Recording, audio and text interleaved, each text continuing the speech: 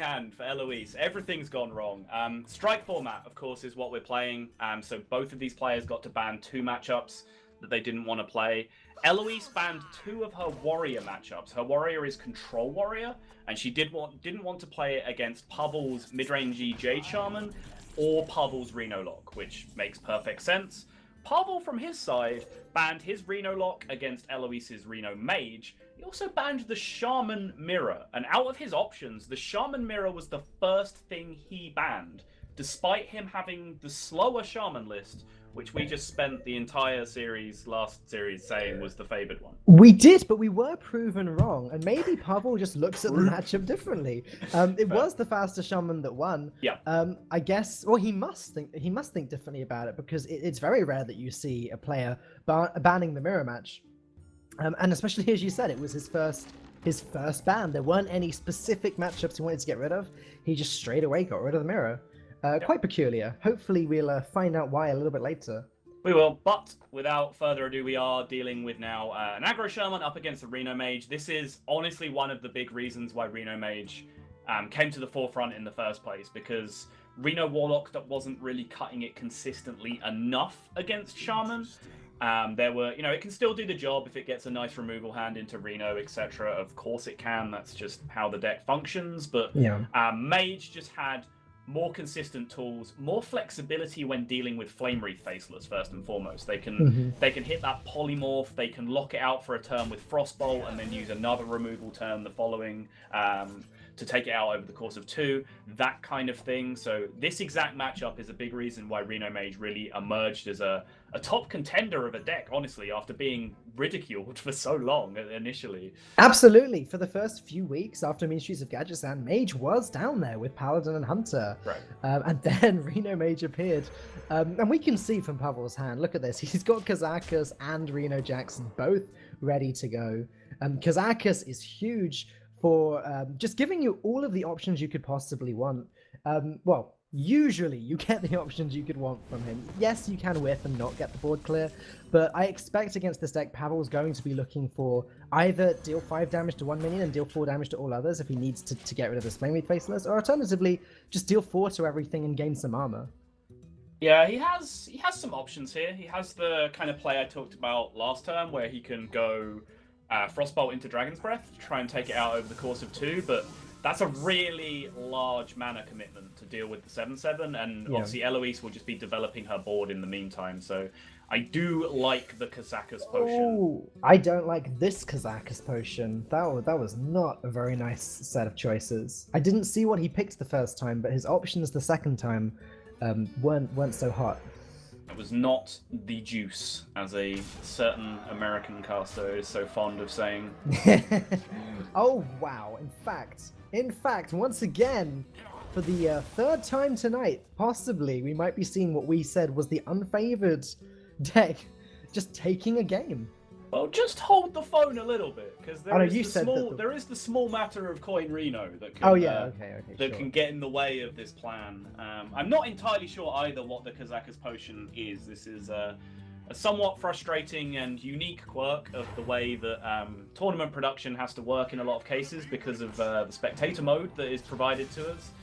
Where we don't actually see the mouse of the top player selecting the options of the cards. We see the options, but we don't see which one gets selected. So it is going to be the Coin Reno. This is obviously not what Eloise wanted to see, but she's still in a reasonable position because she can get straight back in there for 14 if she wants. She has a good trade into the Reno if she wants that. She's still in command of the game. She still has initiative. But obviously that was Reno or bust for Pavel, and he chose correctly the Reno option. But I think this is still okay for Eloise. If she decided to put everything into the face, including the weapon, then she's putting Pavel back down to 15 health, and doing that after Reno Jackson's already been played does feel pretty good, especially as you still also have a board on top of all of that damage. Sorry, I'm going to be honest, I didn't hear anything you said because I just noticed the doggo poking out of the corner of Eloise's camera frame and got that's way more immensely important distracted. than what I was saying. Okay, alright, fair enough. I imagine it was something about post-Reno damage being really important, something. Yeah, that's close enough? It, yeah. Right, and having a nice board as well. Like, yes. Eloise is still in a great position here, especially as there's no flame stroke from Pavel. She is really playing into a Kazakus potion here that deals 4 damage to all minions, but Pavel doesn't have it. He does, however, have the might and power of Kabbalist Tome. I'm sure that card will solve everything immediately. You love that card, don't you, Soto? Love is one word for it, yeah. Love it when your opponent uses it. There you go. So Pavel can pick away at this board piece by piece. In the meantime, discounting his Dragon's Breath, which can serve as some tempo removal for him at the end, but it's not looking good enough. He hasn't picked up an AoE, and it's kind of disturbing, honestly, that the Kazakus Reno hand is potentially going to lose this matchup so definitively because he also didn't hit a juicy potion or a big AoE effect like Blizzard or Flamestrike. Yeah, you're right, and I think that is very, very important, possibly more important than people give it credit for. Like, a lot of people will say that that's what this matchup comes down to. They'd say, if you pick up Kazakus and Reno, you always win, but that's not strictly true. We haven't seen Volcanic Potion, we haven't seen Mistress of Mixtures, we haven't seen Second-Rate Bruiser, for example. Like, these are all cards that as well, right? It was a big and Doomsayer too, yeah, these are all cards that are very, very important just for making sure that when you go into the Reno turn, your opponent hasn't completely dominated the board already. He is slowly getting there piece by piece. Credit to Pavel, he's finding a way to hang on in there. And there's no Flamestrike in his hand, but this is a telegraphed Flamestrike setup to Eloise. So what he's trying to do is actually buy himself a little bit of time to make Eloise undercommit to the board because of the threat of Flamestrike, and then buy himself some time that way since he doesn't actually have it. So Eloise, now having rolled the healing totem, I would love to see her just completely disrespect the threat of the Flamestrike. She may just be able to get there without it anyway, but it's a 7-mana turn exactly, so she knows Flamestrike ping can't come down to deal with the Flame Wreath Faceless here, which essentially gives her, 2 damage off lethal even if the Flamestrike were to come out.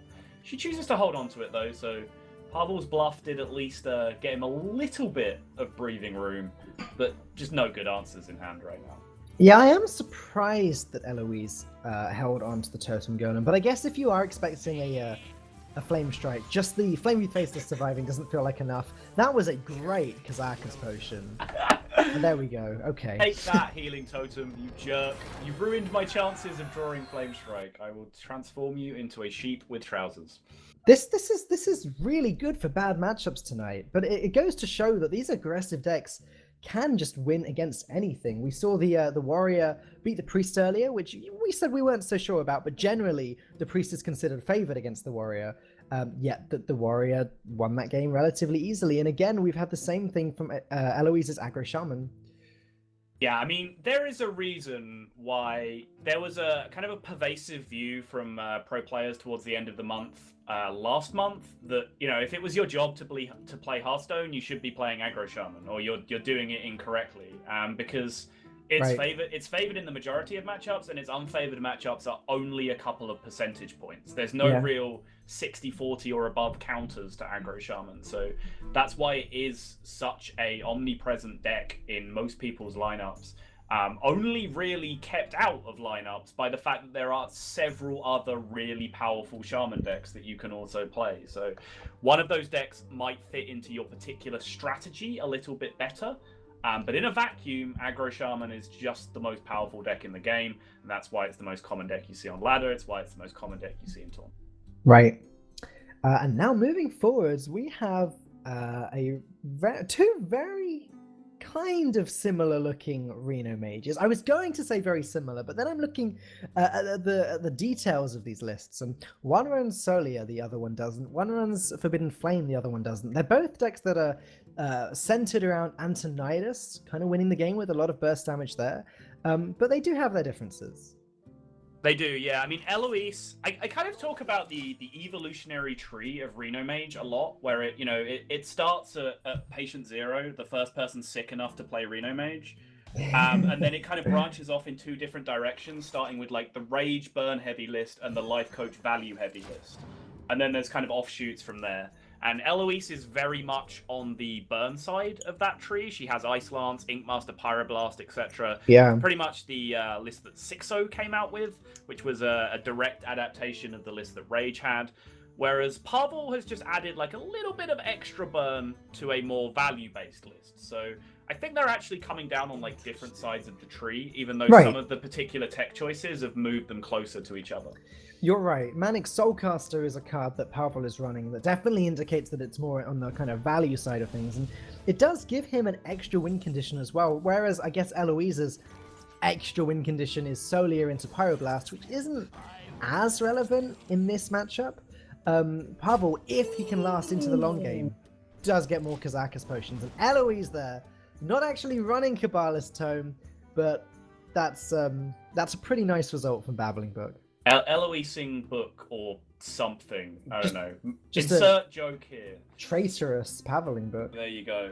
And that's actually huge because as you were just talking about, she does have a value discrepancy in her deck. The value, the 30 card versus 30 card value train is going to go in favor of Pavel. So that Kabbalist Home can pick up more burn to supplement the burn strategy, which will be her plan A. It also means she has a fallback to try and catch up on some value if the game starts going down that road as well.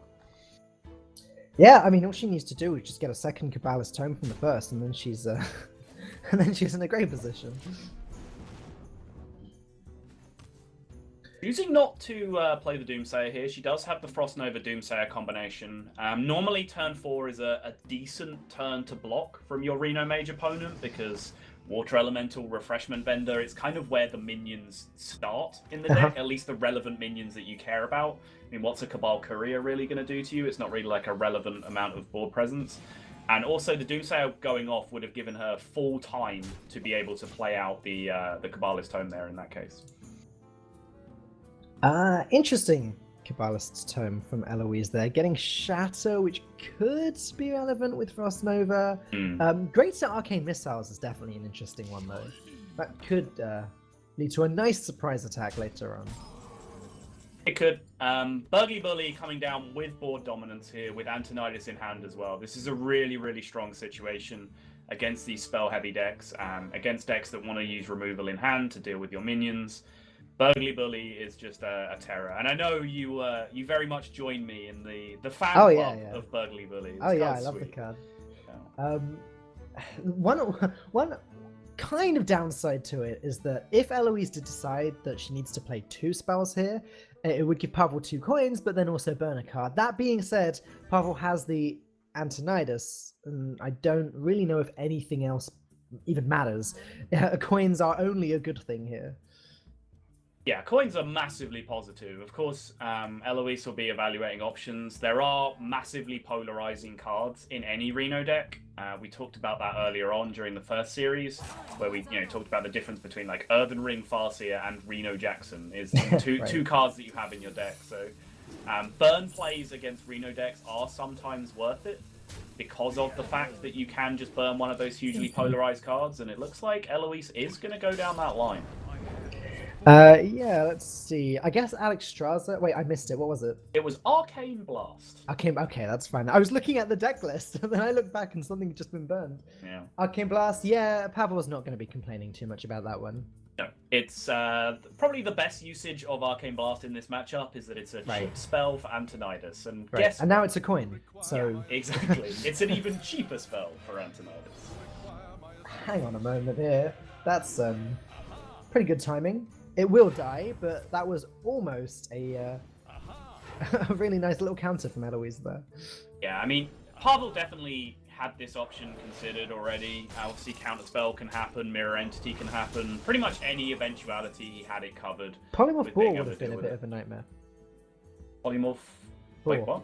Oh, Potion of Polymorph, right? Potion of Polymorph, that one that turned, Polymorph spell.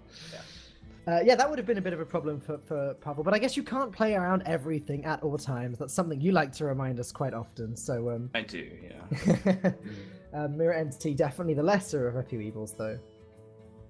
Yeah, the play is just too powerful to talk yourself out of because the worst case scenario may happen, right? I mean, it was a random secret. If Pavel was hand tracking correctly, which I'm sure he was, he would have known that it was a random secret. So you are massively odds on that it's not, well, massively odds in your favor at least that it's not that Potion of Polymorph that you referred to. So. And there's the Shatter, coming in very, very handy after all. Yep, Shatter getting value, Doomsayer coming down, can of course be dealt with. Eloise has no illusions that this Doomsayer goes off because she's well aware there are at least 3 fireballs in her opponent's hand. So it's just a delaying tactic. She realizes she can't really beat all that burn going at her face right now, so she's kind of quite happy for some of it to be used to take care of the Doomsayer.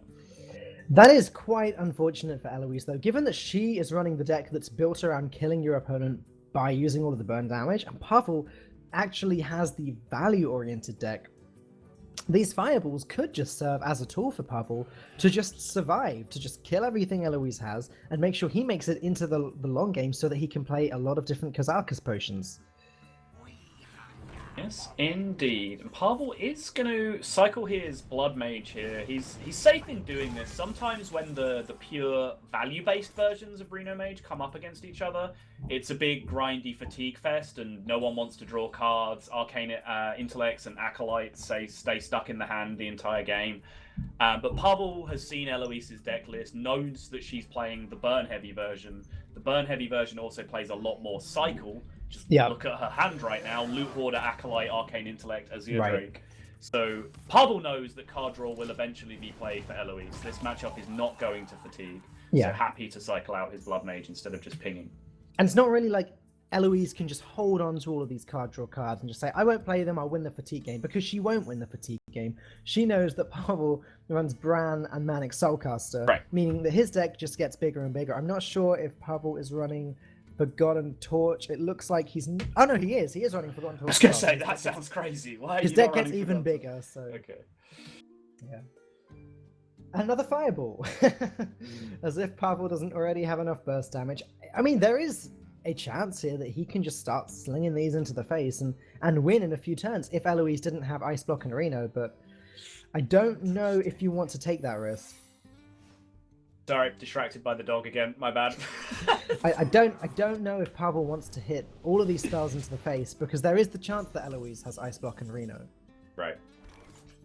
Or Alex even. Yeah, he's playing Sight Unseen right now, so there's no way you can launch all this stuff off. If you'd establish like a dominant board as well, then it becomes more tempting to just start firing a fireball or two at the face, because it becomes that scenario we talked about in the Rogue matchup where you're asking them to do too much. You're asking them to Reno and or Ice Block and clear your board and do all this stuff at the same time. But Pavel doesn't really have board dominance right now, so he's just holding back, making sure that he doesn't just dump his entire hand and get blown out by Reno just yet, because even if he has to use those fireballs as additional value engines just to take out minions, because they are essentially just free cards that got added to his deck. Right. So if he trades them 1-for-1 with an actual real card that Eloise put in her deck, that's just putting him even further ahead on value as well. Eloise is in an awkward position on the other side, because while Alexstrasza and then hitting the face with Azure Drake feels very strong, if Pavel then turned around and played Reno Jackson, rendering the Alexstrasza completely useless, then that's a lot of burn damage Eloise had just wasted. She is going to go with the Alexstrasza, and it looks like she's not going to get punished for it. At least at the moment. In fact, this could end up being the game-winning play. It could be, yeah, and it's situational recognition from Eloise, honestly, because Plan A with this matchup is definitely to try and just beat your opponent up a little bit first and get them down to kind of just below 20 life.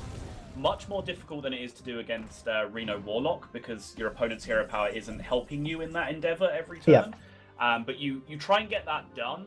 And then, you potentially Emperor a big hand, so you're threatening, Ink Master plus Pyroblast plus Frostbolt plus Ice Lance or something ridiculous. Yeah. And then you try and force the Reno out first. Then you Alex them afterwards. Eloise understands that this game has gone south very, very quickly. So that plan isn't going to work out. She doesn't have time to get all of that done. So she's just going with the riskier play straight away. Now, I was staring at some cards in Eloise's hand and willing her to play them. I wanted to see Solia into greater arcane missiles with maybe an arcane intellect put into that turn as well, just to push Pavel's health down. Although now Pavel's picked up the Reno Jackson, which would have been disastrous if Eloise did make that play. It's still going to be pretty bad for Eloise. Yep, so Kazakus cutting out, and Pavel going full value. He's only picking up the one potion here, so might as well go for the 10 mana. Not massive pickups, it has to be said. I think the armor sticks it back into the deck, but yeah, the armor is very nice for matchup situations at least. Okay, and summon an 8/8 demon. It looked like the other potion was the. Yeah, I like it. I think in this matchup, most of the time you do go full value. Especially if you're only getting one potion, as you said. Shuffling it back into the deck is pretty big. Pavel is going to want to play Bran with the second Kazakus, I'm pretty sure. But the armor helps a lot because he can put himself up to 30 health, then up to 40 with the potion, and it's going to become more and more difficult for Eloise to actually finish the job. That being said, we haven't seen her Antonidas yet, so there is still a lot of value that she can pick up in her deck. There is, yeah, and she's also just winning on hand count right now. Even though, if you factor in the fact that Pavel has board presence, has cards on the board, it's more even, but she has some additional cycle in her hand as well with the Arcane Intellect, so she's not that far behind on value, but for Eloise, it's unlikely to come down to a pure value-based metric. She needs to find a win condition here, because she is going to be the one that fatigues out. And this looks like she is going for the big tempo push. Of course, she doesn't know that Reno has been drawn since her Alexstrasza came down. She might have the read, but it's not there because it hasn't been played in response yet. Yeah. And that might lead her down a path where she commits even more burn now to face, trying to set up a 2-turn lethal situation. Well, there's the two cards you mentioned earlier right next to each other. Reno Jackson, Earthen Ring, Farseer. Very, very different power levels. Pavel is playing a little bit risky here. Wait, does he have Ice Block up? He does. He does have Ice. Right. See, I'd forgotten he had Ice Block up. Yeah. I think you tweeted about this yesterday. I did. I can't see the Ice Block. Memory's not perfect. I'm sorry. Okay, it's not risky at all then. Reno Jackson doesn't have to be played until after the Ice Block gets popped even. Oh. Ooh.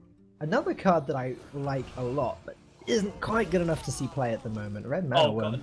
So, this is a cool card. I'm just in favor in general of, cool cards that do interesting things, are more than just stats on curve or whatever, but I don't know if you've actually ever tried to do, a full Red Mana Worm Miracle turn.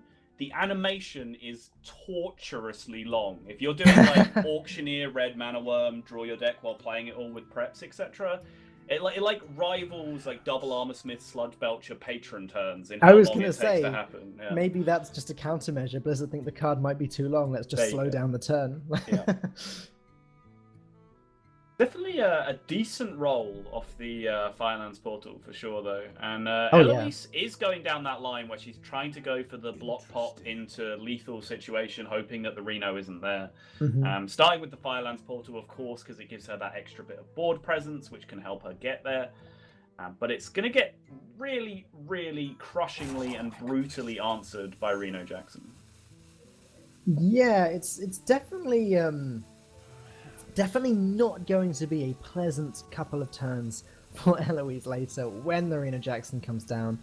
Pavel does look like he's pretending he doesn't have it at the moment, though. Actually going to put up some armor instead. That's quite risky. He's giving the Red Mana Worm the chance to get pretty big here. In fact, can Eloise now pop the block anyway? Well, good question. So Arcane Intellect goes to 6, Frostbolt goes to 8. And Fireball goes to 10, and then plus the 9 damage from those two cards that we are talking about is exactly 19 damage. Yeah. Seems good. She's actually Frostbolted the minion, though. Is there a way that she can pick up more damage? I don't think so. This sacrifices the ability to pop the block, but I guess now this is... I mean, either Eloise just didn't see it, which is possible. Reminder, this isn't lethal. There is an ice block up right now. Yeah. It's not lethal that she's Before missed. chat spam, miss lethal. Right, so there is a possibility that she actually elected not to pop the block that turn because she felt like this line of play helped her win more in Reno Jackson worlds as well as non-Reno Jackson worlds where she probably just wins anyway. Yeah, I can buy that. But yeah, it's also just a possibility that she didn't make the calculation correctly. Hard to know without getting into her head. Now, Pavel has a really nice Flame Strike here. Look at that. That was instant. Instant Flame Strike. Healing up the face. It really does look like he's pretending he doesn't have Reno Jackson. It does, yeah. It's a pretty hard sell from Pavel right now. Yeah. And I guess that's really good because Eloise, it's kind of baiting Eloise. It's saying, if you have the burst damage to pop this block, go on, do it. Yep. Waste all of your burn damage right now. What to do? This is the Antonidas turn from Eloise. She's seen a decent amount of removal be used now. She can at least get one fireball off it with the ice barrier. It's not fantastic. It's not the explosive turn that Pavel had, but looks like it might be the best she has, and yeah, she seems to agree. Yeah, and I don't think she knows that fireball's there. Assuming Pavel has only played the fireballs he got from Antonidas, he did more recently draw one. Right. So it's possible that Eloise doesn't actually know that he has a fireball. She may believe that Antonidas is possibly safe. Though there is a lot of other removal in Pavel's deck, like this Forbidden Flame, like Polymorph that we still haven't seen yet.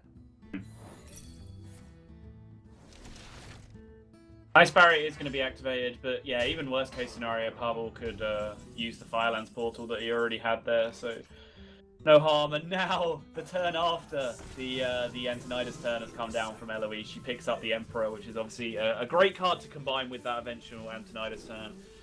Just resorts to Kazakus instead, trying to pick up some value with 10 mana.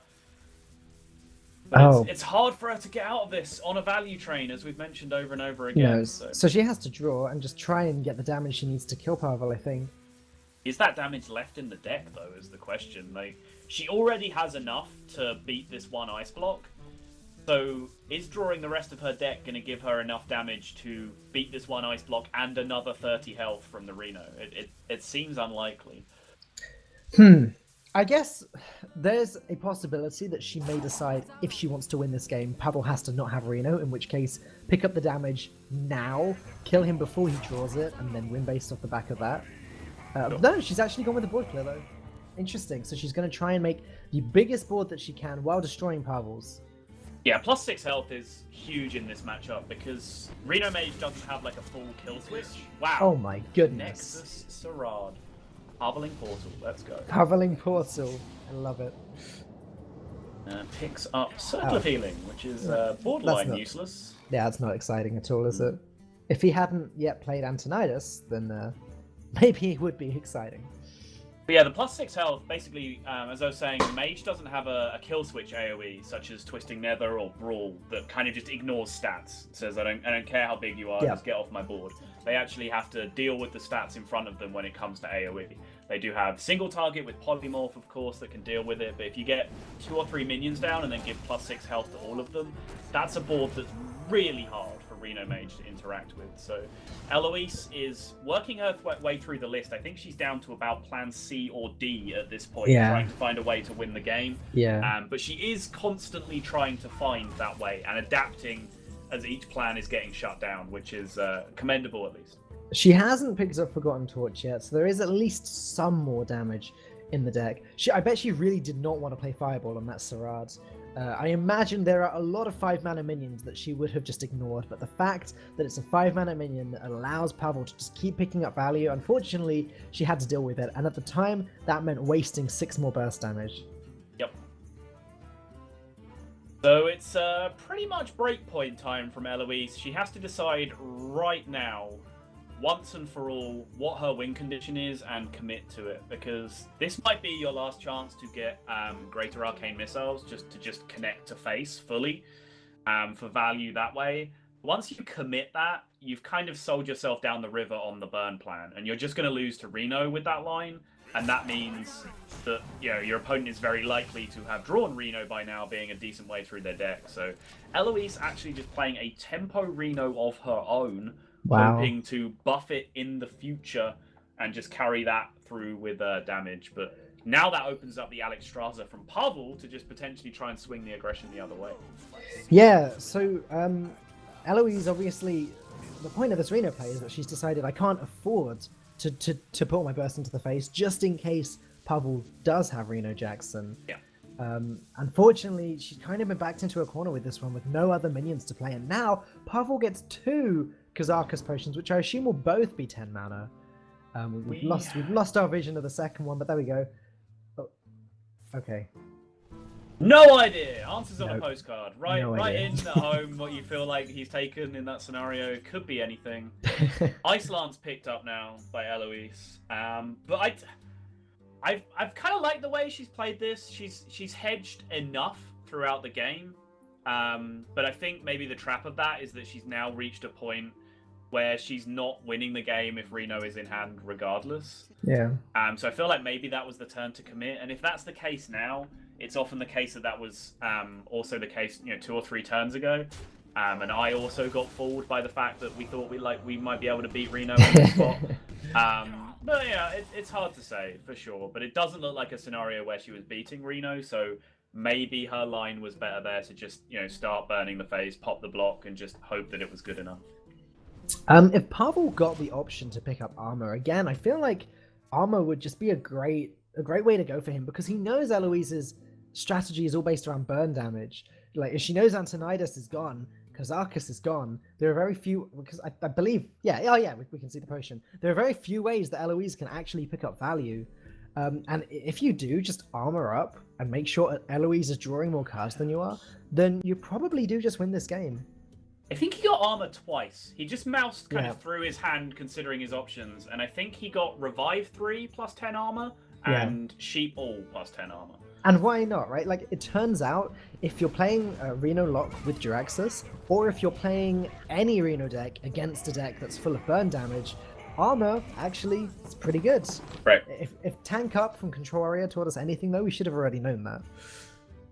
It's a fair point. And Eloise has finally reached the end of the line as far as her deck is concerned, and now she is just kind of stuck in that position where she has a pretty much dead potion in her hand, because she has a buff your minions health potion with no minions remaining in her hand or deck. So the plan D or plan E or whatever we ended up calling it of trying to establish a board presence and then buff it up just clearly didn't come to fruition for her. I think it was perfectly valid to try and go down that line at the time she took it, but think maybe she should have just tried to bail out 1 or 2 turns earlier and committed to the burn damage. And yeah, now we see it happening.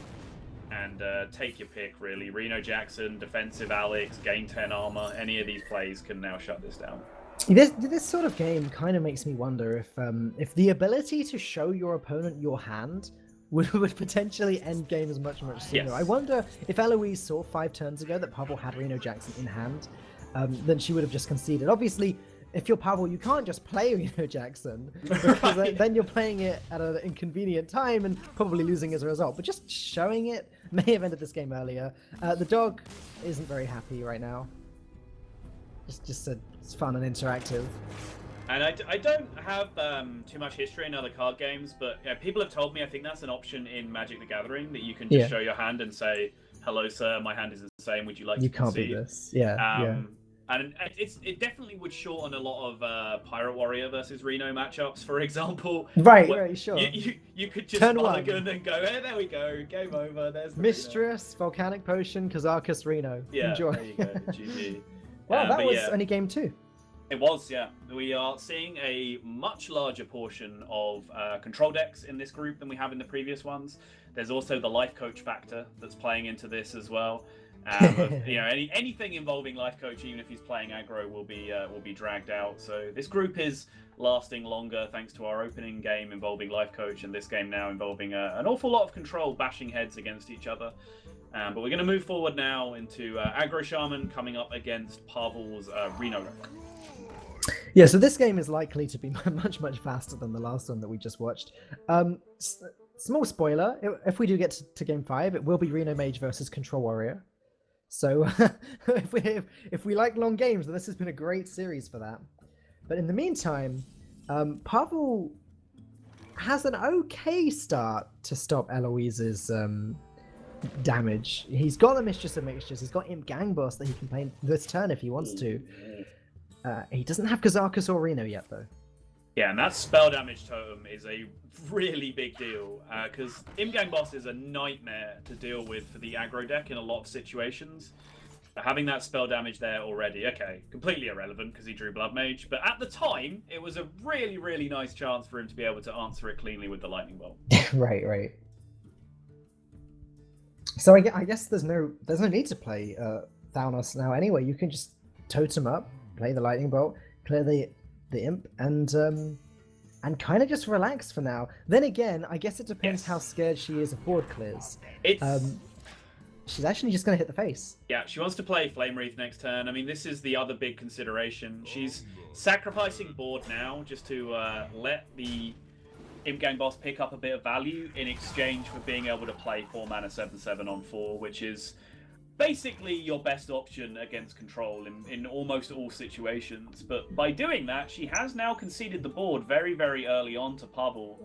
And there's a big old 4/5 on the board that's contesting a good chunk of the stats of her 7/7 already. 3 mana 4/5s with Taunt are actually pretty good against aggro. I kind of wonder if Tunnel Trog and Lava Burst might end up being better this turn. It buffs the Tunnel Trog so that it's so strong that the Imp Gang boss has a poor trade into it. And also gives you a bigger board. The only reason I don't like Flame Wreath Faceless is because it kind of renders the Tunnel Trog she has on the board useless. Yes, true. But yeah, it's definitely a tough decision on the previous turn. In a lot of spots, it is for sure worth making immediate sacrifices in order to play Flame Wreath Faceless on curve, especially against control decks. And that is one of the trickiest parts of playing Shaman, and has been since the beginning of time. And obviously the class is much more forgiving now than it ever used to be, just because of the quality of the cards that they have available. Yep. But the overload management is always going to be a big deal, and it has eventually now prevented her from playing the 4 mana 7/7 this turn. It works very well though, going with Lightning Bolt and a deckhand over the Lava Burst. But next turn, she can continue with Plan A and play the Flame Wreath Faceless. Okay, maybe it's not quite Plan A. Plan A would have been playing it on turn 4, but if at least one of these Tunnel Trogs survive, which it looks like one will, she is pushing damage and she's still getting the big minion on the board nice and early. Pavel avoids the trap of playing the Dirty Rat. Possessed Villager, Corruption, Blood Cell, Corsair. This is actually a tough choice. Villager is obviously the best quality minion, also synergizes with the Power Overwhelming he has in his hand already. Blood Cell Corsair, of course, will get some value against Shaman, especially J-Claws, since it's a 2 durability weapon. It essentially will function the same as Ooze most of the time, because they'll use the first durability immediately.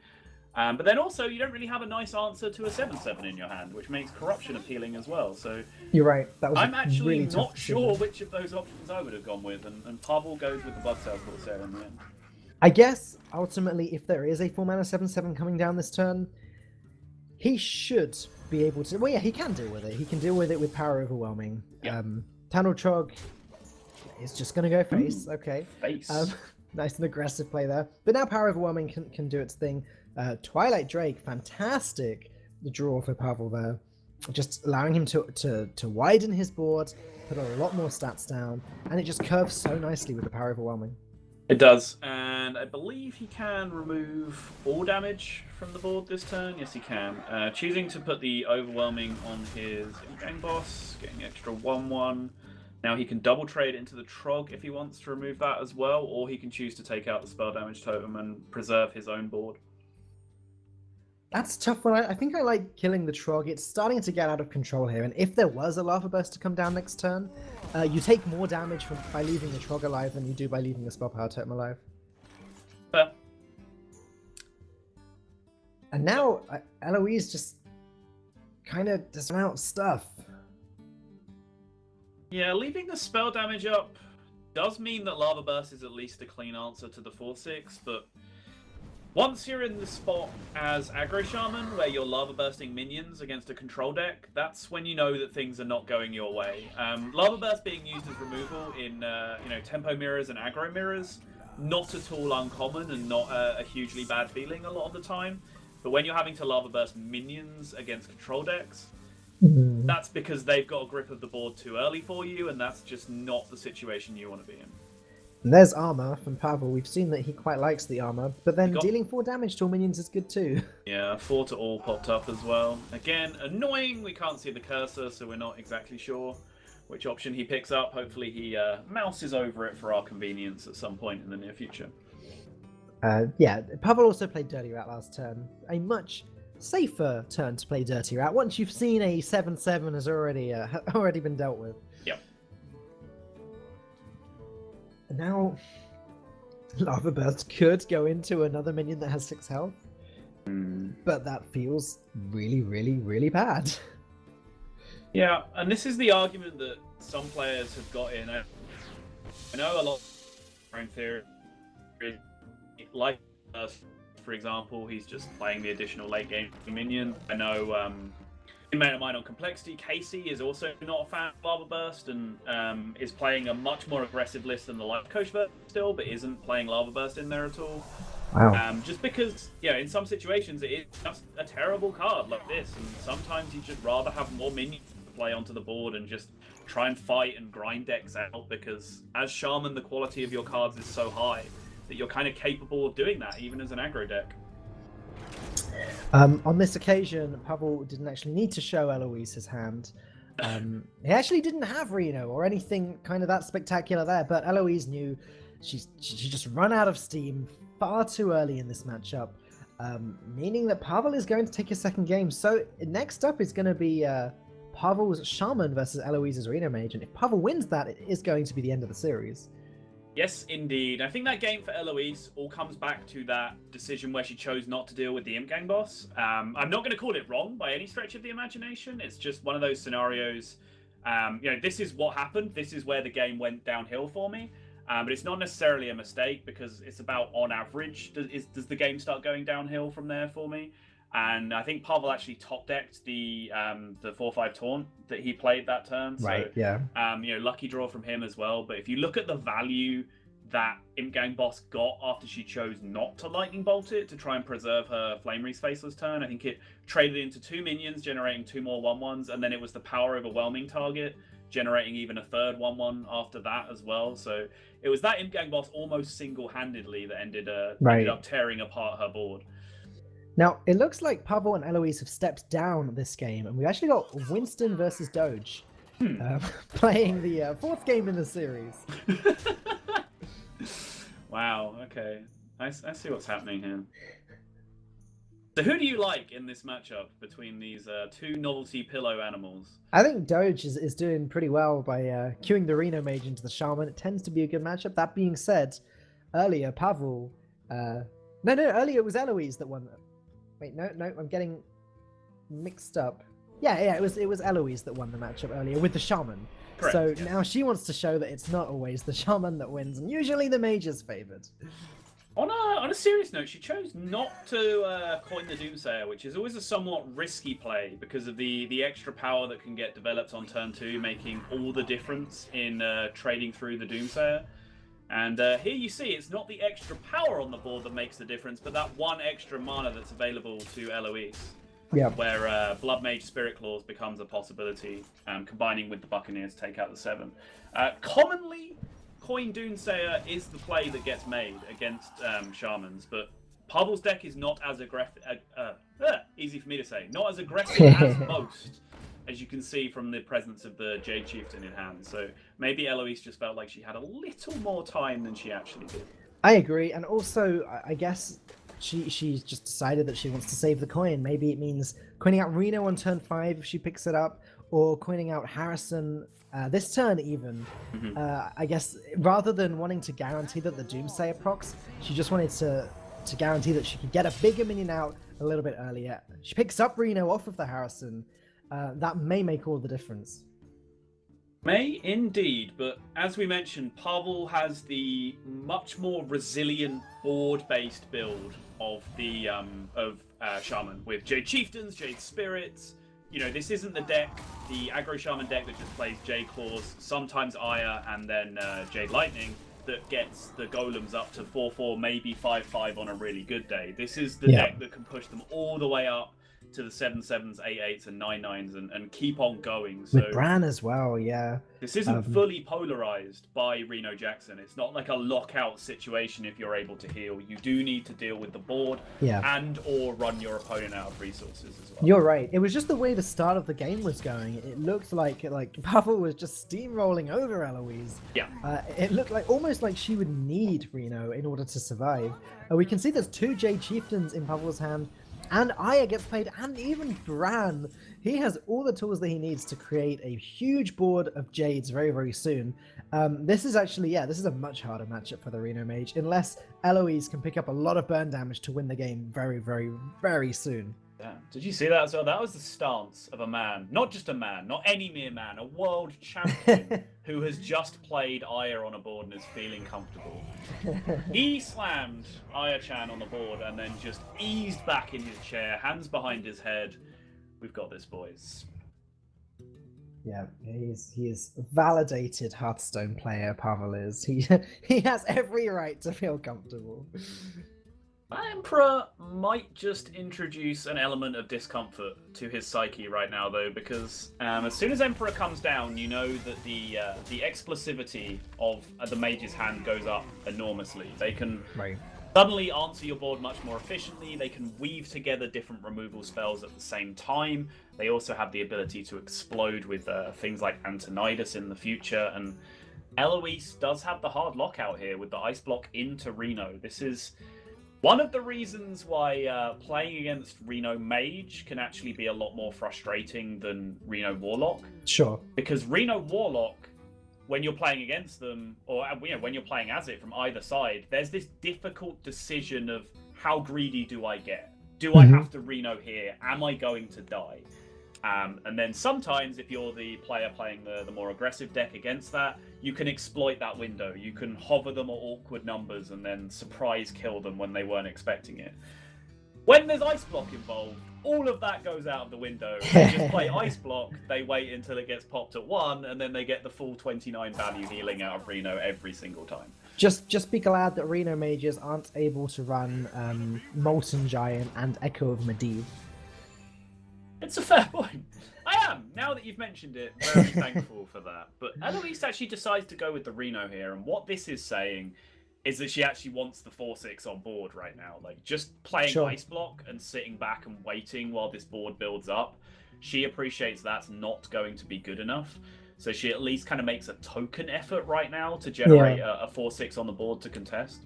Also, Ice Block is much cheaper, and what this means is that later on in the game, at a vital time, she'll be able to play almost a full turn with the remaining 8 mana, and then just squeeze in Ice Block to buy herself some extra time. Maybe that means playing 8 mana's worth of burn damage, squeezing in the Ice Block, and the next turn playing loads more burst damage and just winning the game. Yeah. How cheap Ice Block is here is going to help her. I just don't know if it's going to help her enough. She still has a long way to go to kill Pavel, and if Pavel wants, he can play Bran Jinyu. Right. Yeah, essentially having the cheap Ice Block in hand instead of the expensive Reno, it allows her to roleplay as Freeze Mage more effectively later on. It's the situation that comes up, right? If it does become a burn plan, and the state of this board seems to suggest that her only win condition is going to be a burn plan at this point. Babbling Book. Did pretty well in the earlier game. Even get at this point, like Flame Strike doesn't even really tidy this board up too much. I guess it's Frost Nova or Blizzard, isn't it? Right. They're the only spells that really help her out in this situation. We go Firelands Portal, doesn't get Taunt or Charge, which could have both been useful for her. And is that Jade Claws or Spirit Claws that's equipped right now? I'm actually not sure. I think it's Spirit Claws. I don't recall seeing Jade Claws from Pavel yet this game. But yeah, Shadowcaster, the 4/4 5 mana minion, that's about the average of what you expect to get from Firelands Portal. Pretty disappointing nonetheless. There's Jade Lightning. These Jades are getting bigger and bigger, and Aya is still on the board, ready to die and become another Jade Golem. Yeah, gets the news that it's Ice Barrier. Of course, if it was Ice Block, he would have the pop, but now having to go through 25, he only has, 21 damage available to him, counting the spell damage on the Jade Lightning, so he is short. He's going to go for the board clear turn instead with the Maelstrom Portal, just to continue his absolute board dominance this game. Be interesting to see if he actually respects here and trades with one of the minions just to completely pull the idea of some random Ink Master, Pyroblast, Frostbolt, Ice Lance turn coming out. Yeah, that's definitely a possibility. I think it's only 19 damage though, 18 damage. So technically, Eloise should just about be safe. But then again, there was an Emperor Thurisan, so there could even be a Fireball added into that equation. So that's what I'm saying. He didn't face tank the minion, so he would be full health lower now, which would mean that he did play into that very specific combo. She got the Flame Strike. Got him. It's not quite good enough though, because she can't play it with Ice Block. Right. Ice Barrier did what it needed to. It bought her an extra turn. That's about the most you can expect it to do at this stage in the game. But I think she has to play Ice Block here. If Ice Block, Thanos, or Flame Strike were 1 mana cheaper, she'd have a better turn. Because even if she could play Thanos, Flame Strike here, that would be great. It would leave Pavel with just 1 Jade Golem. Right. Yeah, just doesn't have the ability to put together a reactive enough turn here. It is a burn light deck that Pavel is playing, so Eloise might just feel like she can get away with something sneaky here, but we can see the Jade Lightning is in hand and will shut all of that down. So like it is going to be a Torch Ice Block turn, just trying to tidy the board up as best she can, get herself that guaranteed turn, but the Ice Block is basically being sacrificed right now, and she's already used her Reno, so it's not looking like a promising situation for her at all. Oh boy, yeah. Pavel always, I think, pops this Ice Block this turn, and Eloise doesn't have any way of preventing... Oh, okay, I guess now the Jade Lightning's been used. If she can deal with this board somehow, then she can potentially stop Pavel from winning straight away, but it's not looking very likely. Yeah, popping at 2 is Pavel so that he gets to deal with the spell damage as well, because it's not worth popping at 1 in that situation, which is the conventional wisdom, because then you would leave the spell damage up, and suddenly you have 2 5 health minions on the board exposed to a potential spell damage Flame Strike. So good decision making from Pavel in the end. He more or less had that game locked up, but did have a chance to potentially make some catastrophic mistakes at the end there to throw it away, dodge those pitfalls, and it is going to be our world champion that goes marching on.